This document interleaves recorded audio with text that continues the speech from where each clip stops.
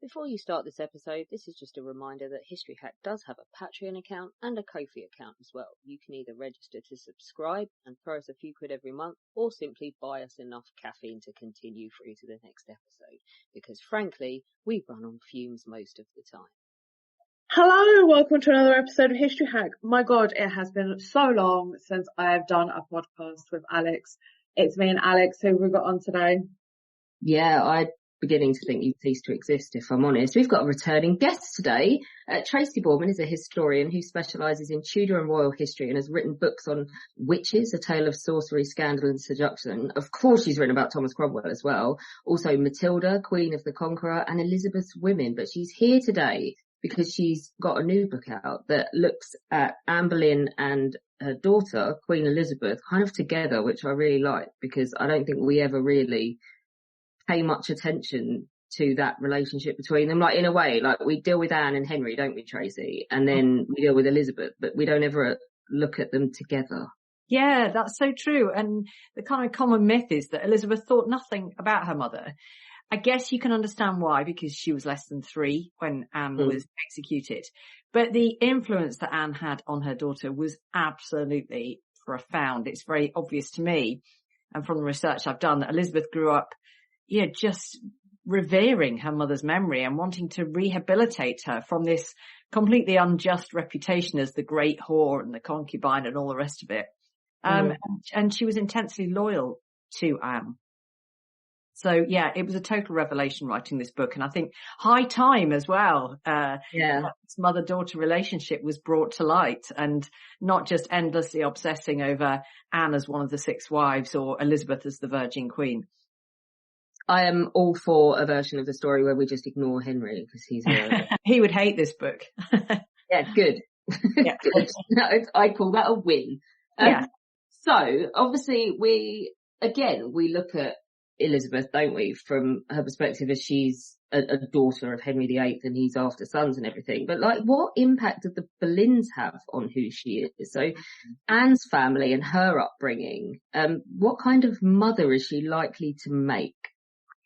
Yeah, you'd think that Anne wasn't a kind of maternal woman, if that's not generalising too much, just because she seems more at home in the political arena. She's obviously highly intelligent, very opinionated and all the rest of it. Not that you can't be both things, a mother and intelligent, by the way. I'm not saying that. But you just wouldn't necessarily have her down as somebody who wants to spend all her time with her infant daughter, but that's exactly who she becomes when she has Elizabeth. She dotes on her from the start. Even though, she's the wrong sex for Anne, it should have been a boy. But Anne can't get enough of her baby daughter, and she's, she gets a made to measure velvet cushion next to her throne so that Elizabeth can be placed next to her while she's conducting state business. She tries to breastfeed Elizabeth herself, which causes an absolute scandal. Royal wives don't do that, and Henry vetoes it straight away. And it's very obvious that the maternal bond is incredibly strong, and it remains strong throughout Elizabeth's life. She surrounds herself with Boleyns. I think she is first and foremost a Boleyn. She actually looks a lot like her mother, apart from the red hair, shape, dark eyes, all the rest of it. And yeah, if it's not too much of a pun for the Tudor period to say chip off the old block, I think she certainly was. She was quite a mercurial temper, like Anne, but also inherited her intelligence as well. So, yeah, I think a daughter of which her mother would have been proud. So there's a slightly bit of an overlap between Henry getting married to Catherine of Aragon and Anne coming onto the scene. And yeah, there is an overlap. I don't think we talk about that enough, that Henry VIII is actually a bit of a bigamist. We don't talk about the fact that I think everybody thinks that these sort of wives are spaced out, but they're not. I mean, he does a silver wedding anniversary with Catherine. He's married to her for a long, long time. Yeah, absolutely. And for the record, I think probably she was the wife he was the most fond of. I don't believe the whole Jane Seymour PR. She just gave him a son. But yeah, absolutely. And there was overlap. So he marries Anne in January 1533. His annulment doesn't really come through till May that year. So yeah, he's kind of breaking the law, but let's just bypass that because we're Henry VIII and we can do whatever we like. So at the time that he marries Anne Boleyn, she is pregnant. Now, famously, Anne had held out from being Henry's mistress, and encouraged by her family, she obviously moves towards being Henry's wife. But when she's sure she is going to get the crown on her head, she does finally sleep with Henry, and she falls pregnant almost immediately. And then, so Elizabeth is on her way at the time that her parents are married in January 1533.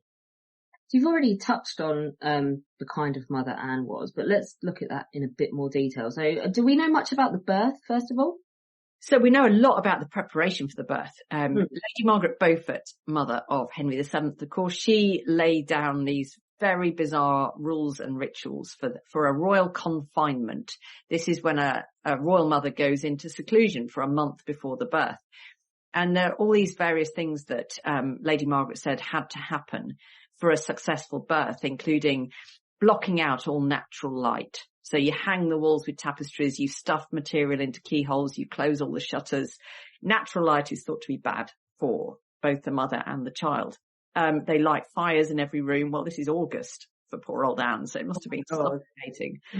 And then they have several beds put into position, a sort of ceremonial bed, then a birthing bed, and then a tiny little cot for the infant, for the newborn. And then there are the whole room or suite of rooms is filled with women. It's a female only environment. No men allowed for once.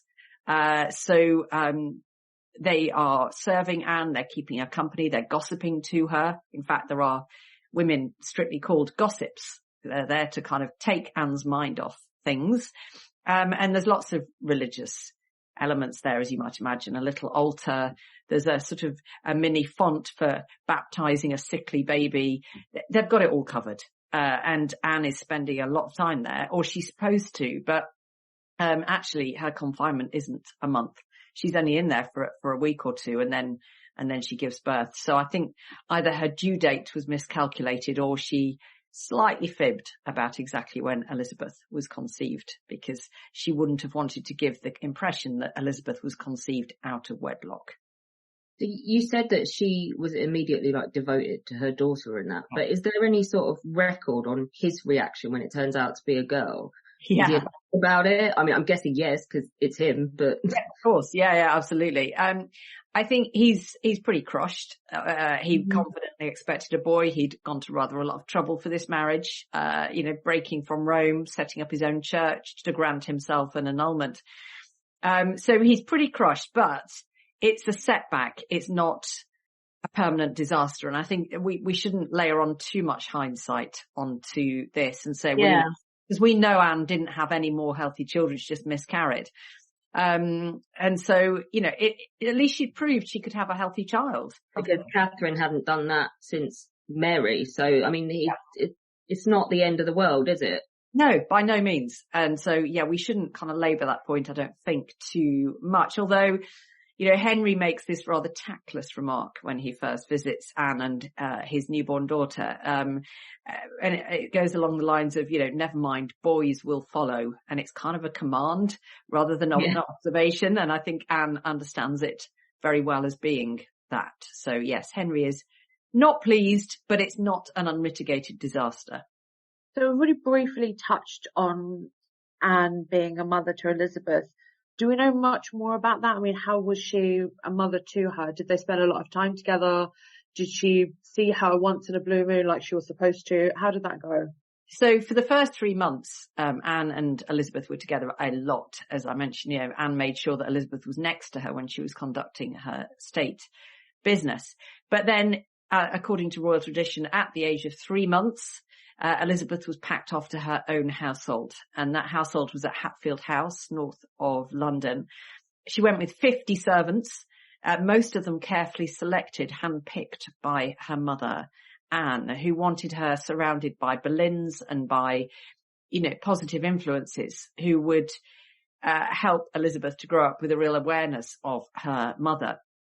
And Anne visited when she could, but it was seldom really because of her pressure, the pressure she was under to conceive again and to be the queen consort. But she did send numerous gifts to Elizabeth, and they were nearly always clothes.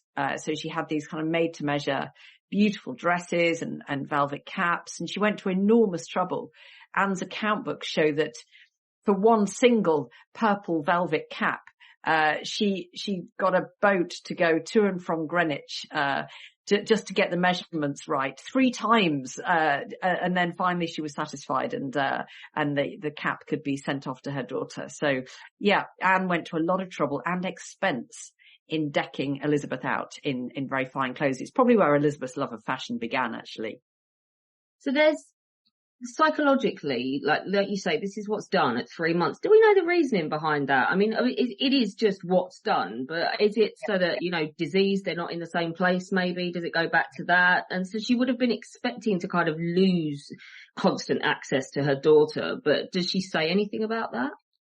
Yeah, I mean, she doesn't really make comment because, as you say, it's a long established tradition. I think it's partly because of disease, get away from plague-ridden London and out in the country, that the area is much healthier. But it's also because childhood is much shorter in Tudor times, and they want to foster this sense of independence on the part of their heir and spares. And, it astonished me to discover, actually, when I was writing my book about the private lives of the Tudors, that childhood ended at the age of 6. That's I was going to say, you get them getting betrothed at like 7 and 8, don't you? Isn't well, yeah, exactly. Betrothed to a Frenchman at the age of 7, isn't she? Yeah, absolutely, she is. And so from the age of 6, that's when you're dressed in adult clothes. You're kind of treated as an adult. Many children, not royal children, but start work then. So childhood is so much shorter in Tudor times. It's quite shocking, really. We've mentioned, obviously, that at the point Elizabeth's born, it's not the end of the world, but we do know that Anne does not have any more healthy children. There are miscarriages, aren't there? And isn't the most prolific of the miscarriages towards the end that they know that was a boy, don't they, when they examine? But she doesn't have another son, and he starts to lose interest. Yeah. So Anne, we think, it has 3 miscarriages after Elizabeth's birth, pretty much 1 a year.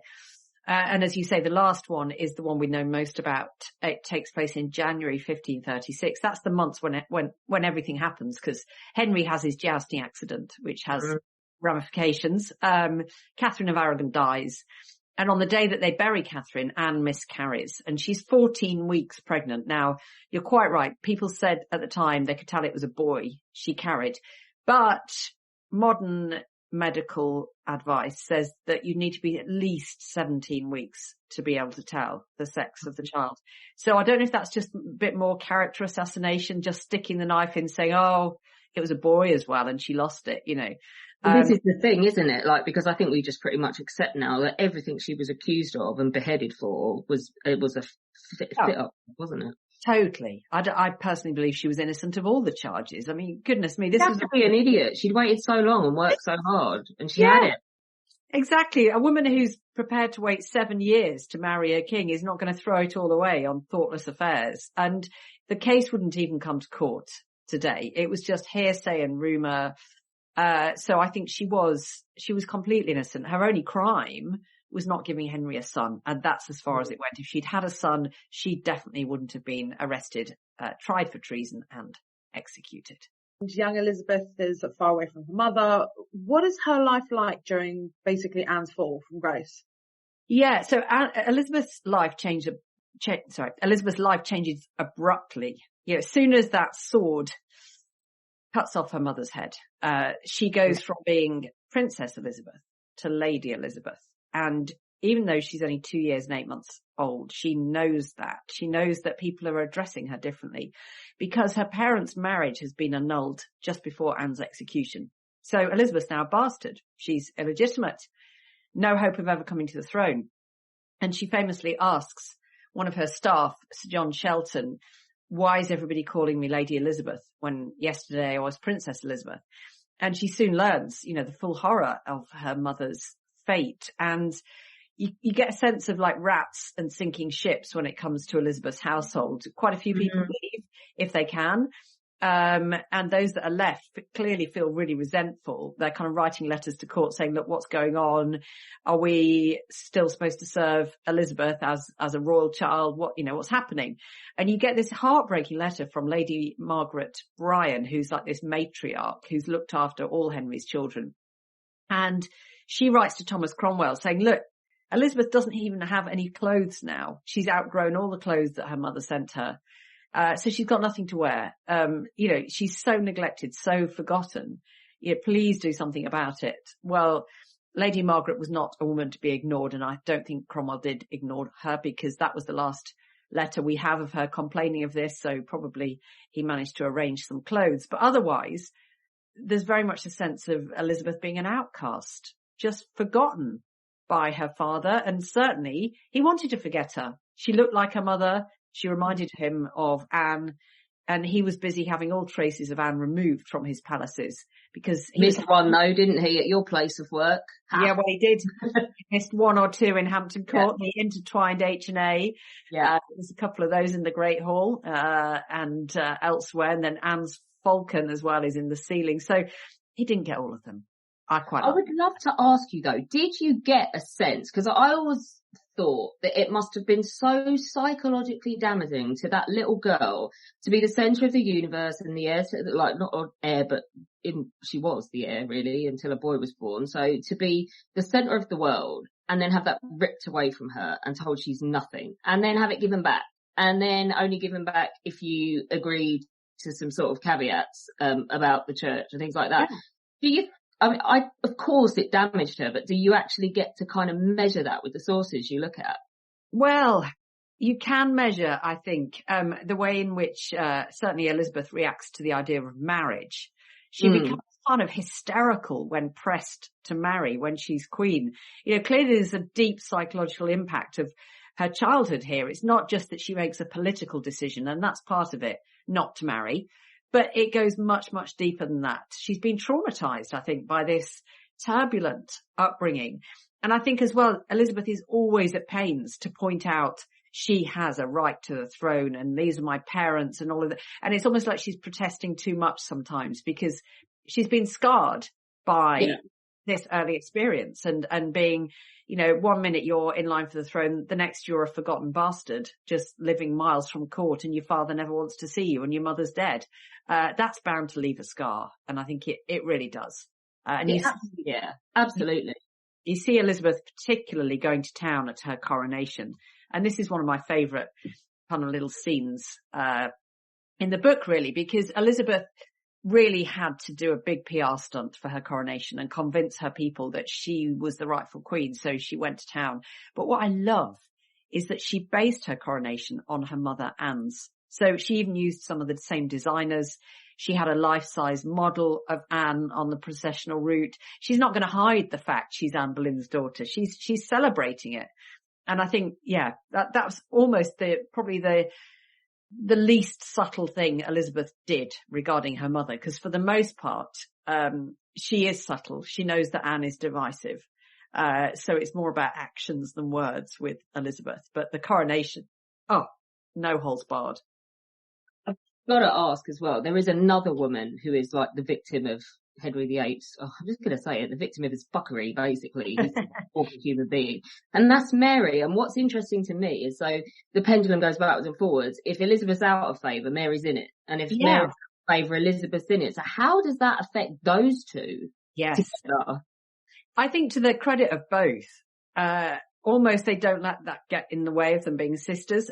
So it all goes horribly wrong when Mary's queen. But before that, they're actually very close. And I think I really admire Mary for this, because she has every reason to despise Elizabeth.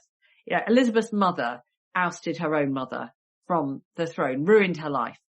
So you'd think she would really resent her little half-sister, but instead she seems to have felt sorry for Elizabeth, and she was quite a maternal woman, was Mary. Well, and there's quite a big age gap. She's almost old enough to be her mother, isn't she? Well, yeah, she is, and that's the point, I think.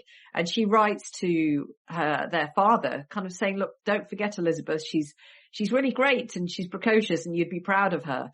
And I think that's such a lovely gesture by Mary, and Mary gets such a bad press as, you know, Bloody Mary and all the rest of it. But I think that there was much to admire in her. And yeah, the two sisters were close, and Elizabeth absolutely adored Mary growing up. But then the thing that divided them was not their mothers or indeed their father, but religion. And that came to dominate their relationship. Of course, Mary famously very devoutly Catholic, and Elizabeth was all about the Reformed religion. I've got to tell you, Tudors is absolute shite. That's not what they show on that stupid program. They show this horrible rivalry. Because all that's going through my mind, obviously, I'm really sorry, you know, you're now a 20th century historian, but that's what they show you, is that there's this horrible hatred between the two, and Mary hates her little sister, and then her little sister. It's ridiculous, because you're portraying something completely different. Yeah. Yeah, there's no evidence for that. That certainly there were troubles between the sisters when Mary was queen, but on a personal level, they absolutely didn't hate each other. That's far too just simplistic. But then I suppose with screen portrayals, you have to have heroes and villains, and they have to, you know, you can't just get people who get on sometimes but not others. That doesn't make good TV. You have to have, you know, fierce enemies, and obviously Elizabeth and Mary are good candidates for that. On paper, even though in theory, even though in practice, they actually got on very, very well. So yeah, Tudors have got a lot to answer for, I have to say. I think as well, like that it's something, it's a real credit to both of them, isn't it? But each of them are the only other person that understands what the other one is going through. Because obviously it's always the opposite to the opposite child, but they're always going through the same thing, aren't they? Yeah. The person with a shared experience. Absolutely. I think that's such a good point. You know, they've both been through the mill, and they've both had a mother rejected by Henry VIII and had their own status dramatically diminished as a result. So yeah, in a way, that's probably something that unites them. You know, adversity is very good at binding people together, and they've both absolutely experienced the extreme highs and lows of being a daughter of Henry VIII. If I can chuck in a question that isn't on the thing and hope not to scare you with it.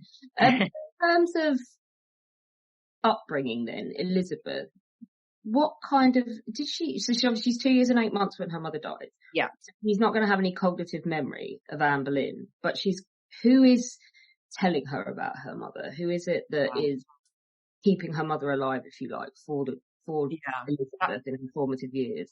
That's a great question, because this is when Anne Boleyn's determination to appoint her daughter's staff really comes good, because she'd chosen well. She'd chosen mostly women to serve her daughter who were either Boleyn relatives or favourable to the Boleyns.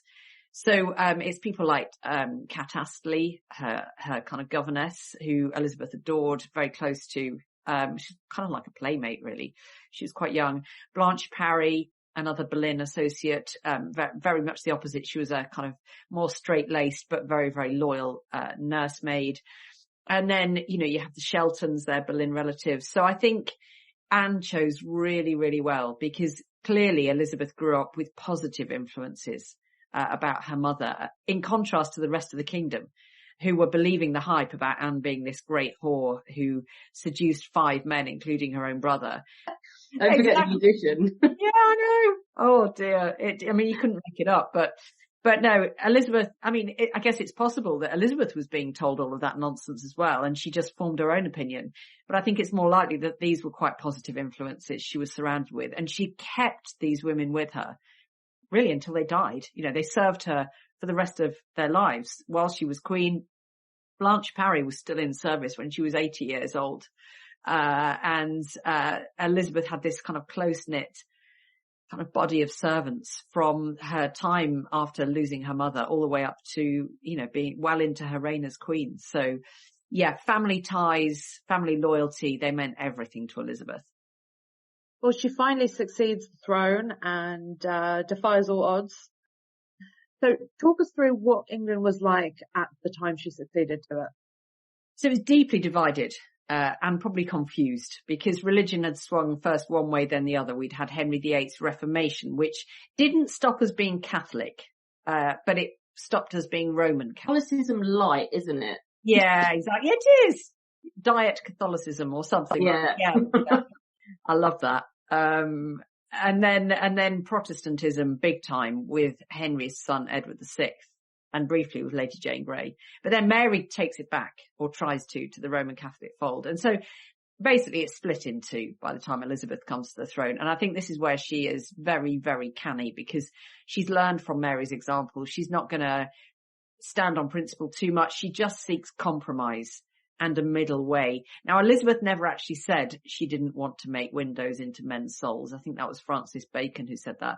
But actually, that neatly summarised her approach. Almost, look, believe what you want to believe, conform in public. And she just, by a whisker, got the religious settlement passed through. There was a big vote on it, and, it literally came down to about one vote in her favour. So that was it. It wasn't an amazingly watertight compromise, but it was a compromise, and it was better than people had. And so I think this typified Elizabeth's approach to other matters as well. She was a pragmatist, and I personally really admire that. When you see how people just doggedly stand by their principles before Elizabeth and suffer by it. And Elizabeth was much influenced by her stepmother, Anne of Cleves, who's my own personal favourite of the six. And because you recorded on her yesterday, and I love her. I love her. She's so sensible and kind of pragmatic, and I think Elizabeth really learned from that, and so applied it to religion and politics and war and pretty much everything else that she tackled, but always with an eye to her image and to popular opinion, and that was essential for any successful monarch. Yeah, I love it. I think actually that Anne of Cleves' influence is a really positive influence, isn't it, on both Mary and Elizabeth? Yes, it's so positive. I so admire her for that. I mean, any woman who manages to get on with both of those daughters at a time when religion is really at the fore, earns some admiration in my view. And Anne of Cleves, frankly, she got on with everybody. Nobody's got a bad word to say about Anne of Cleves, and I think she does the best out of her marriage to Henry. 5 palaces, £20,000 a year. What is not to like? And she doesn't have to put up with Henry for longer than 6 months, so it's all good. And his stinky leg. Oh, that's really annoying me when people obsess about Anne. Oh, she was ugly. Come on, pot and kettle, Henry. I mean, he's not exactly an oil painting by then, is he? Oh, really? I know. It's just like, I think someone said, we were recording on like the House of Cleves and all the German side of it the other day, and someone said in the recording, like, if there was one fat, ugly, smelly person in that marriage bed, it wasn't Anne. I couldn't have put it better myself. Yeah. Love it. So obviously, Anne has been really shrewd in putting these Boleyn relatives and the Boleyn faction in her daughter's household as a child, but does that carry over into Elizabeth's reign as well? Is obviously the direct Boleyns, George is gone as well, and the dad is ousted, but in terms of the wider family, is there a place for them during Elizabeth's reign? There certainly is. It's a Boleyn-dominated court, and particularly in Elizabeth's private world, her privy chamber, pretty much every one of the prized positions goes to her Boleyn relatives. You see the Careys in evidence. Now, they're descendants of Anne Boleyn's sister, Mary, and Henry Carey, Mary Boleyn's son, very, very highly favoured, as are all of his children and grandchildren. Interesting as well is that it's not just her Boleyn relatives, but also Henry Norris was the son of the elder Henry Norris, who was one of the 5 executed for adultery with Anne. And Henry Norris was the only one to speak in her defence on the scaffold when he was about to be beheaded, and he protested Anne's innocence. And Elizabeth rewarded his family so richly for that. The Norrises were riding high throughout her reign, and she actually was blatant about it. She said, I'm rewarding the Norrises because Henry Norris was the only one to defend my mother. So, that's as obvious as Elizabeth gets in terms of professing her loyalty towards her mother. But yeah, it's pretty much a closed shop in Elizabeth's court, because if you're not a Boleyn, then you're not going to get anything worth having. And then those positions go to the children of the incumbent and then the grandchildren of them. So they become pretty much hereditary. And yeah, good luck anybody who's not a Boleyn trying to get a decent job at Elizabeth's court. I love how much Henry would have hated that. Oh, he hated the fact that Anne is now the most famous of the 6 wives, because he wanted her to be the exact opposite to that. to airbrush her from history. But, it didn't quite succeed there. But he should have gotten rid of Anne. He should have gotten rid of Elizabeth then, shouldn't he? Because exactly what she did. Yeah, exactly. And again, history's greatest irony. Henry could have relaxed when Elizabeth was born. She would turn out pretty well. He didn't need to keep trying for a son. But there you go. Wisdom of hindsight, I guess, to be fair to Henry, if we must. He didn't know that at the time. I have read this bizarre theory, and I think it is taking things too far, that Elizabeth avenged her mother's death by deliberately not marrying and therefore not having children and therefore bringing her father's dynasty to an end. I think that's possibly pushing it too far. Possibly stretching it a bit. I think that's probably not why Elizabeth chose not to marry. But I think there's enough evidence of the angst about, until she's kind of at peace with the idea, there's enough evidence about the angst of having an heir and where the Tudor dynasty is going that you can say that is not true. But it would be funny if you found a letter saying, screw you, Dad. Yeah, exactly. I'm going to be a virgin. Yeah, exactly. I'm going to die a virgin. I'd get it on a t-shirt. Yeah. Exactly. Oh, yeah. It's, that now I've got like a virgin going around my head, because I'm doing, in that shameless plug alert, I'm doing a theatre tour at the moment called How to Be a Good Monarch. And I tell the story of Elizabeth and her brilliant PR and how she branded her virginity. And we have Madonna playing in the background while I'm talking about Elizabeth. So I can't. It's cheesy. It works. It works. Anyway, so the French, they go on to make some really rude remarks about Anne. How does Elizabeth react to all of this? Oh, they do, those naughty French. There is, early in Elizabeth's reign, she hears about this pamphlet that's been published in France by de Saconnet, and excuse my terrible French accent, who really lays into Anne. He calls her a Jezebel and a whore. And this pamphlet becomes a bit of a bestseller. It's printed all over France. And Elizabeth hears about it and she is livid. And she demands her ambassador, Nicholas Throckmorton, make sure that the King of France suppresses this pamphlet, has them all rounded up and burned, and, everybody punished who's involved. But the French are quite slow to act on this. And I think the reason they're slow is because the king is very young and incapable, and his mother, Catherine de Medici, is really in charge. And she loves this. She loves this scandal that's kind of casting the Queen of England's mother in a bad light, because she is fostering the Queen of Scots, who is Elizabeth's great rival. So yeah, bring it on. So this all kind of escalates into this huge diplomatic incident, and it almost comes to blows until finally Catherine backs down and says, okay, I'll make sure the pamphlet is suppressed and we'll punish de Saconnet, although I think they never do. But I think that's one of the most telling occasions of how Elizabeth felt towards her late mother, because mostly she's quite subtle. Excuse me. So sorry. Got a cold. Because mostly Elizabeth's quite subtle about her mother, but not on that occasion. It really does cause this huge diplomatic incident. And I quite admire Elizabeth for going head to head with Catherine de Medici over it. Absolutely. We were going to ask you as a last question how alike they were, but I think you've kind of answered that already. I want to know, what do you think, if Anne could have given her daughter any advice, what do you think she would have said to Elizabeth? And what do you think Elizabeth might have gained if she'd had her mother around? Oh gosh, what a great question. Well, I think probably one of the bits of advice Anne would have given Elizabeth is one that she didn't need to be told, in that don't marry. Don't marry, because, you're a woman in a man's world, but you can wield power effectively.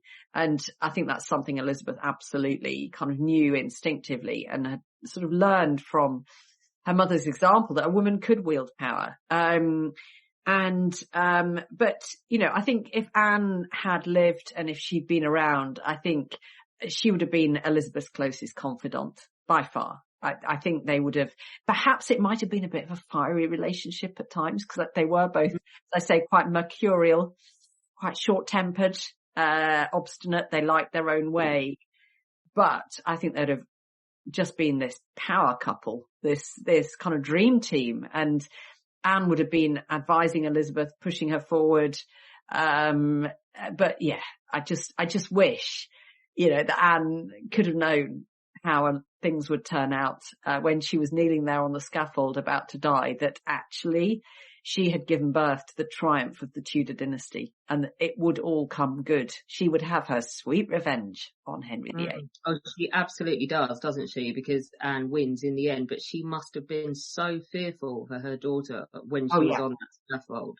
And that's why she's nice about Henry, I think. She gives this speech where you'd expect Anne, being the sort of woman she was, to really lay into Henry. I'm about to die.